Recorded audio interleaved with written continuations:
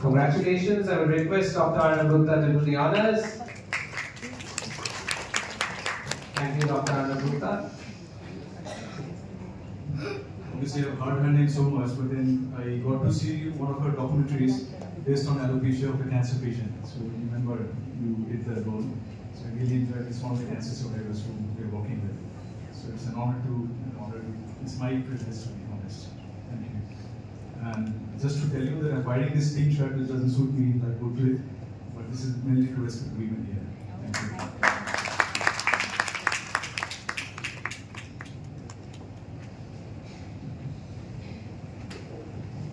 নমস্কার, good evening. এখানে যারা বসে আছেন মানে তাদের কাছে আমার মানে কি বলবো, নিজেকে এতটাই ছোট মনে হচ্ছে। আমি জানি এখানে যারা যারা প্রত্যেকটা নারীর মধ্যে কিন্তু দুর্গার রূপ আছে, আমি এটা বিশ্বাস করি। আর এই যে আমাকে দেখছেন, আমি একজন অ্যালোপেশিয়া সার্ভাইভার।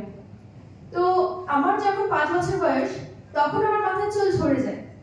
এরপর আস্তে আস্তে আমি যখন ট্রিটমেন্ট করি, তারপর চুল কখনো গজিয়েছে, আবার কখনো ঝরে গেছে, কিন্তু আমি কখনো নিজেকে পিছিয়ে রাখিনি।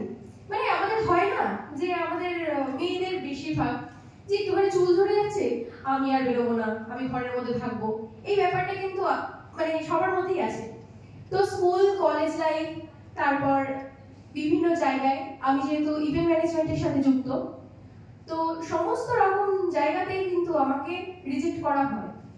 তো আমি তাতেও ভেঙে পড়িনি। আস্তে আস্তে আমি যখন ডান্স করতাম, আমি কিন্তু 2.5 বছর বয়স থেকে ডান্স করতাম। তো তারপর যখন আমি চুলের ট্রিটমেন্টে গেলাম ভেলোরে, তো সেখান থেকে বলা হলো আপনি তো ফলস চুল করতে পারেন, মানে আপনি পরচুলে করতে পারেন। তো আমার তো সেখানে গিয়ে কিন্তু মনটা ভেঙে গেল যে না, আর না, অনেক হয়ে গেছে।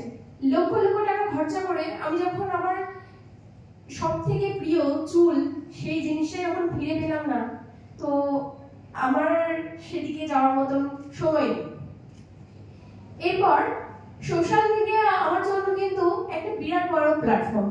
আজ আমরা অনেকেই চাকরি করি, ব্যবসা করি, কিন্তু এই যে সোশ্যাল মিডিয়ায় যখন আমি নিজের একটা এই ধরনের এরকম চুল ছাড়া একটা ছবি দিলাম, তখন আমি কোনোদিন ভাবিনি যে মানুষ আমাকে এতটা ভালোবাসতে পারে, এইভাবে যে সমাজ আমাকে অ্যাকসেপ্ট করবে, আমার সত্যি ধারণা ছিল না।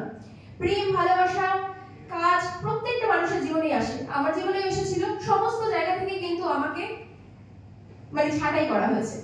তো তারপরে আমি ভেবেছি যে না, আমি যখন এইভাবে লড়াই করতে পারছি, আমার মতন তো লক্ষ লক্ষ মানুষ আছে। আমি নিজেকে এইভাবে মোটিভেট করি যে আমার তো হাত আছে, আমি হাত দিয়ে কাজ করতে পারি। যার হাত নেই তার মতন তো আমি নই। তাহলে ভগবান যেটা আমাকে দিয়েছে আমি সেটা নিয়েই বাঁচবো। আমার মধ্যে মনে হয় না যে আমার এতটুকু কমই আছে। আমি একজন মেকআপ আর্টিস্ট, এটাও কিন্তু আমি কোথাও শিখিনি। এই social media, YouTube, Facebook, Instagram, এই 3টে প্ল্যাটফর্ম আমার লাইফটাকে একদম মানে ভরিয়ে দিয়েছে। আর আমি সবসময় বিশ্বাস করি ভগবান শ্রীকৃষ্ণ আমার সাথে আছে। তো আমাকে কেউ কোনোদিন কোনো দিক থেকে আটকে রাখতে পারবে না। যারা একটা সময় বলতো যে এর বিয়ে হবে না, এর এই হবে না, বিয়েটা সমস্ত কিছু নয়। আমার মনে হয় একটা মেয়ে কি একটা ছেলে, প্রত্যেকের নিজের পায়ে দাঁড়ানোটা দরকার। তো যখন আমি এইভাবে মেকআপ আর্টিস্টের জায়গাটা নিজের অর্জন করলাম, নিজে কিন্তু আমি ফিরিয়ে নিয়েছি নিজের জায়গাটা। কেউ আমাকে বলেনি যে আজ তুমি এটা করো, তুমি ওটা করো, কেউ 1 টাকা দেয়নি। আমি লোকের বাড়িতে গিয়ে গয়না বিক্রি করেছি, যেগুলো আমরা এই কসমেটিক্স, জুয়েলারি যেগুলো আমরা বলি, তো সেগুলো করেছি। ইভেন্ট ম্যানেজমেন্টে ক্যাটারিং করেছি, তারপর বিভিন্ন জায়গায় প্রোগ্রাম করেছি। সমস্ত কিছু করে একদম শূন্য থেকে শুরু করে কিন্তু আমি এই জায়গায় দাঁড়িয়েছি। এই যে আমার মাথায় চুল নেই, হ্যাঁ নেই, তো কোনো ব্যাপার না, আমি এইভাবে হাঁটবো। আমার অনেকেই বলে যে তুমি চুল পড়তে পারো না। হ্যাঁ, পড়তেই পারি, আমার ক্ষমতাও আছে, আর্থিক দিক দিয়েও আমি পরিপূর্ণ। তো আমার তো মনে হয় না, কিন্তু আমার মতন বহু মানুষ আছে যাদের হয়তো সেই সামর্থ্যটুকু নেই, যাদের কেমো চলছে, তারা হয়তো তাদের তাদের ওই ট্রিটমেন্ট করতে করতে টাকা শেষ। তার মানে কি তারা ঘরে তাদেরকে মানে বদ্ধ করে রাখবে বা কেউ সুইসাইড করবে? কিন্তু না, তাদের জন্য তাদের মানে চোখে আঙুল দিয়ে দেখানোর জন্য কিন্তু আমি এইভাবে ঘুরি যে আমি যদি পারি তাহলে তুমি কেন পারবে না। আজ আমি যখন মেকআপ আর্টিস্ট হবার পর আমি মাঝে মাঝে চুল পড়তাম, এখনো পড়ি। তো তারপর আমাকে অনেকে বললো যে দিদি ভাই তুমি যে চুলগুলো পড়ো এই চুলগুলো আমাদেরকে এনে দেবে। তো আমি কোনোদিন ভাবিনি যে এটা নিয়ে আমি কোনোদিন ব্যবসা করবো। তো আমার চুল আসতো দিল্লি থেকে। তো তারপর আমি আস্তে আস্তে কয়েকটা জায়গায় পাঠালাম, প্রথম ইউপিতে পাঠালাম, আসানসোলে পাঠালাম, বাঁকুড়ায় পাঠালাম। এইভাবে আস্তে আস্তে আস্তে আস্তে মানুষ জানতে শুরু করলো যে আমি একজন মানে উইগ সেলার। তো এরপর আমি যখন আমার সোশ্যাল মিডিয়া প্ল্যাটফর্মে যখন সেল করি তখন যে বড় বড় যে গ্রুপগুলো আছে সেখানে যখন আমাকে মেনশন করা হয় যে শতরূপা সরকারের কাছে ফর্মুলা আপনি পেয়ে যাবেন। তো এরকম বহু ক্যান্সার পেশেন্ট আছে, বহু অ্যালোপেশিয়া পেশেন্ট আছে যারা আমার কাছ থেকে উইগ নেন।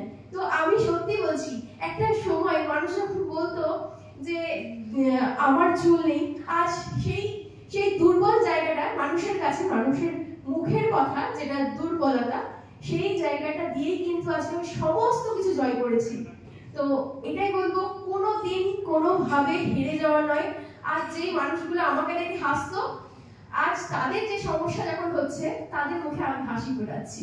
তো এটাই তো আমার কাছে সব থেকে বড় achievement. Thank you So much for that inspiration story. Congratulations once again to Shatarupa Sarkar. We have the gift hampers, one from PVR Inox and the other of 1 lakh from Sri Balaji.